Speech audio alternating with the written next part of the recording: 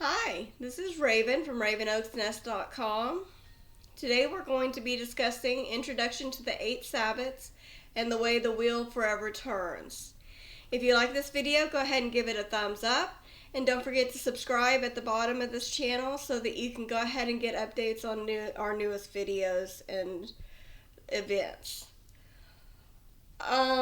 In various cultures throughout time, the change of the seasons has been celebrated in one form or another. It has been the 8 Sabbats, it has been just other holidays as well. But all of them have one thing in common, and that is that it is celebrating the 4 seasons and the way they change throughout everything from our harvesting to the way our animals react, as well as the way it affects our bodies and our minds throughout time.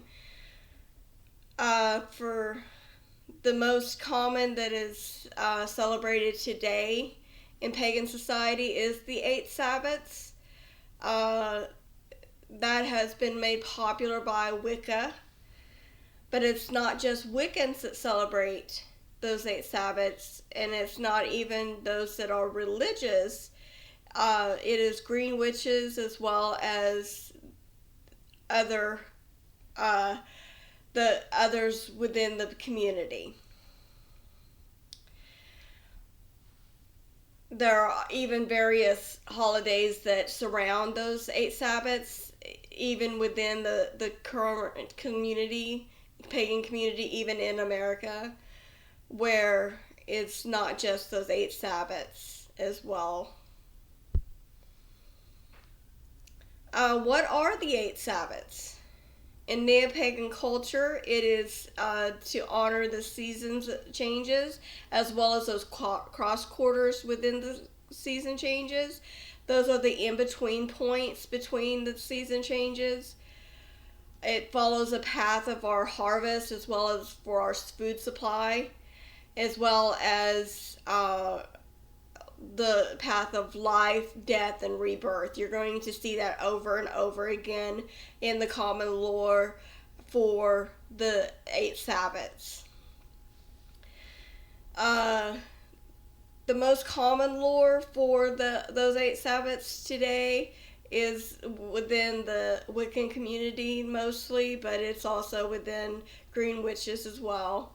It is the never-ending battle between the Oak King and the Holly King. The Oak King rules over the summer months. That is from Yule till Litha. And then at Litha, the Oak King and Holly King do a battle again, where the Holly King wins, and he rules over winter from Litha to Yule.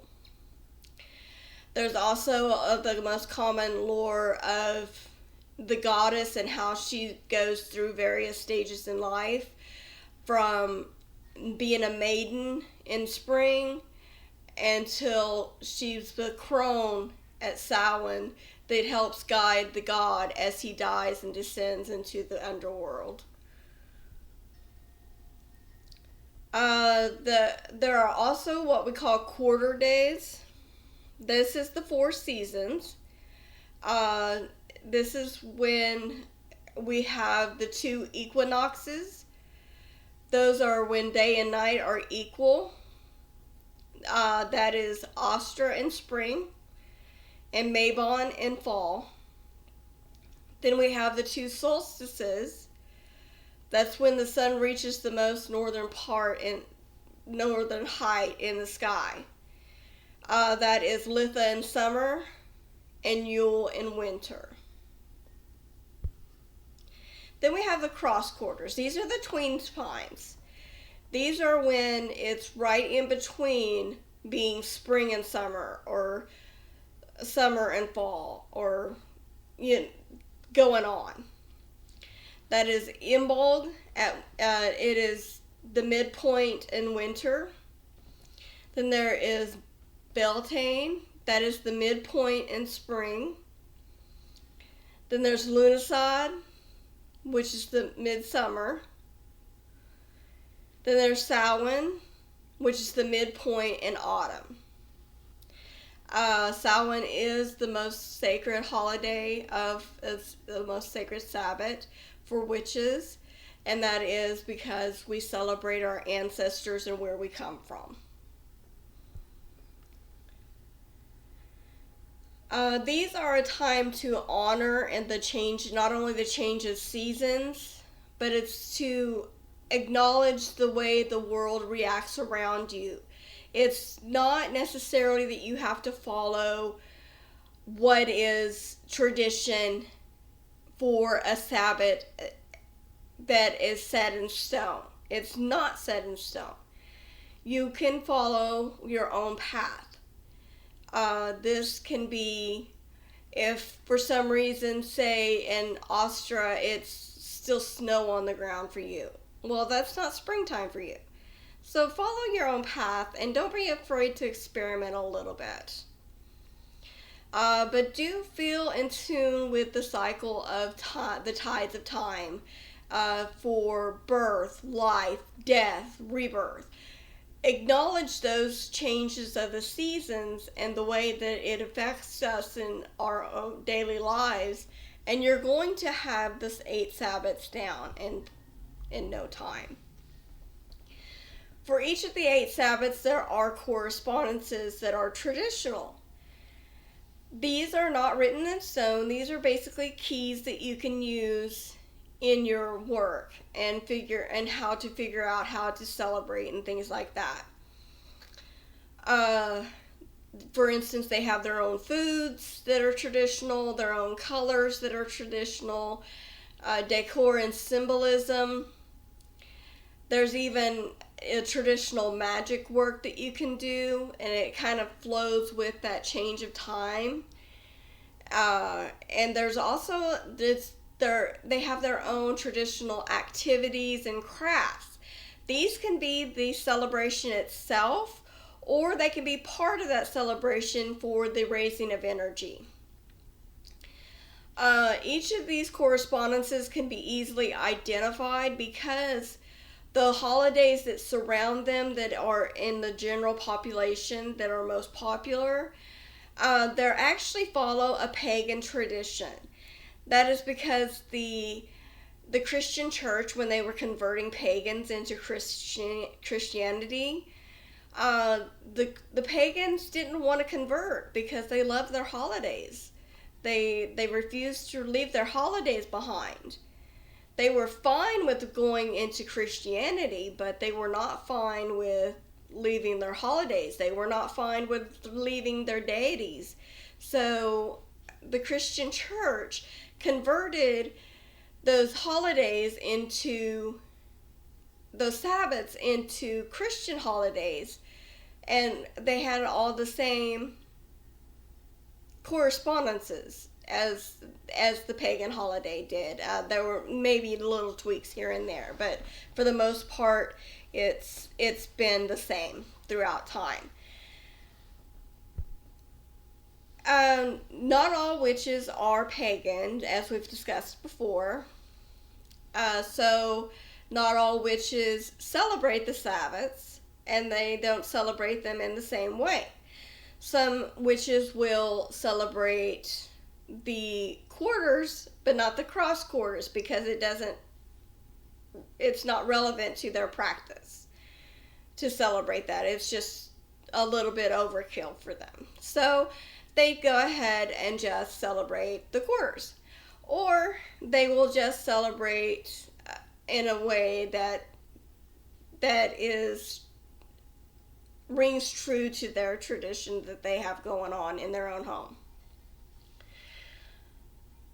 It's perfectly okay not to even acknowledge the 8 Sabbats if, for instance, Mabon doesn't ring true for you in your mind. Then by all means, skip Mabon. It is not, the world's not going to fall apart if you don't celebrate Mabon, I promise. If you do choose to celebrate, here are a few ideas on how to celebrate. Like all things magic and witchcraft, you have options. Don't forget that. You can have this long, drawn out, dramatic ritual if you choose, with a big play or an incantation, or you can write a poem or a story and read that story or poem to the deities or the divine, however you choose to see it. And just make it a big, drawn out, dramatic situation. You also have the option of a simple meditation. I do meditations very frequently in ritual, especially for the Sabbats. I like to incorporate the lore of the current Sabbat in my current ritual. You can write a story or read a story that goes along with the current lore of the current Sabbat. I do that whenever children are going to be present in the ritual, for small children, because it's hard to keep them entertained with close your eyes and and imagine we're going on a journey. They're not going to see the correlation there. They're going to get bored very quickly. So a story or a playwright is going to be more up their speed. You can simply address the changing of the times and the light and the dark with candles. For instance, when my children were really, really small, for Yule, we would light all the candles in the house, and we would turn on every light in the house and talk about how the light has been just amazing. And then we would turn all the lights off and extinguish all the candle flames. And we would talk about how the light was going to kind of go away and kind of calm down for a little bit. But then we would relight one candle, and we would talk about how that it was going to be reborn in the spring. You can have something as simple as a special meal with family and friends. They don't even have to know what's going on. Just have people over and enjoy it. There's also a bonfire. Again, people don't have to know what's going on. Have a cookout and enjoy family and friends. That's what the Sabbats are about. You can just simply walk outside at dawn and nod at the sun and say, "Hey, this is what you're doing now," and I acknowledge that. And that's good. That's all that needs to be said. Now we're going to discuss when to celebrate. Again, there are options. There are always options, plenty of them. And these are not the only options. These are just options that I've come up with that I have done over time. You can celebrate on the day of the Sabbath itself, or the change of the season and the way it's celebrated or marked on the calendar. Some do this, and they rearrange their whole life events. Excuse me, there we go. They will rearrange their whole lives for this Sabbath, and that's perfectly fine. But most of us say if the Sabbath falls on a Wednesday. Most of us are working on Wednesday and Thursday, so it's not a good time to have a big drawn-out ceremony on a Wednesday. So, for this reason, a lot of covens will celebrate on a Saturday or a Sunday or a Friday night. Mostly Saturdays, because then you have your leisure time, because most people are off on Saturdays. But you can celebrate it on a day that's more convenient for you. Some will celebrate it when it's on the closest full moon to the Sabbath. They kind of like do a two birds with one stone situation, where they have the full moon ritual as well as the Sabbath ritual at the same time. And that's fine. I personally don't like to do that, but that's fine. If that's what rings true for you, then by all means, go for it. The main thing is to do it when it's convenient for you. Make this your practice. The main thing is to feel the tides of time as you go through the seasons and to acknowledge those changes in the patterns around you. I hope you have enjoyed this presentation. If you have, please, by all means, give it a thumbs up and subscribe at the bottom so you can get your latest updates for ravenoaksnest.com. And by all means, please visit my website at ravenoaksnest.com. We have crystals, we have tarot cards, we have spells that you can buy. Anything unimaginable in the pagan community is going to be on the website. Right now it's kind of scarce because we don't have much product, but we do have more in the works. So please keep us in mind. Have a great day.